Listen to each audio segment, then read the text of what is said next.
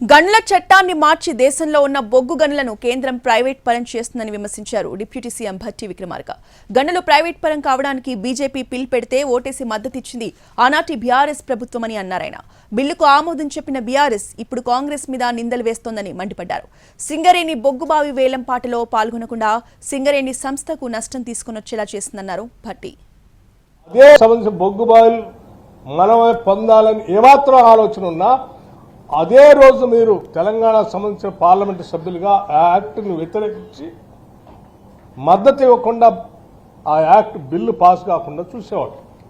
ఆ రోజు సంపూర్ణంగా మద్దతు ఇచ్చి బిల్లు పాస్ అయ్యేటట్టు చేసి ఆక్షన్ జరిగేటట్టుగా చేసి సింగరేణికి బొగ్గుబాయిలు లేకుండా చేసి ఇవాళ తగుదనమ్మా అని చెప్పి బీఆర్ఎస్ పార్టీకి సంబంధించిన నాయకత్వం మాట్లాడుతూ ఉంది. సింగరేణికి సంబంధించిన బొగ్గుబాయిల్ని మేమే కాపాడాం 10 ఏళ్ళు, కాంగ్రెస్ వాళ్ళు వచ్చి ఏం కాపాడలేస్తుంది ప్రభుత్వం అని చెప్తున్నారు. యాక్ట్లో మీరు సపోర్ట్ చేసి రాకుండా చేసి సింగరేణిని బొందబెట్టి సింగరేణిని ఇందులో పాల్గొనకుండా చేసి సింగరేణికి 2 బ్లాకులు లేకుండా చేసి అతిపెద్ద కుట్ర 10 సంవత్సరాల్లో చేసి సింగరేణిని అన్యాయం.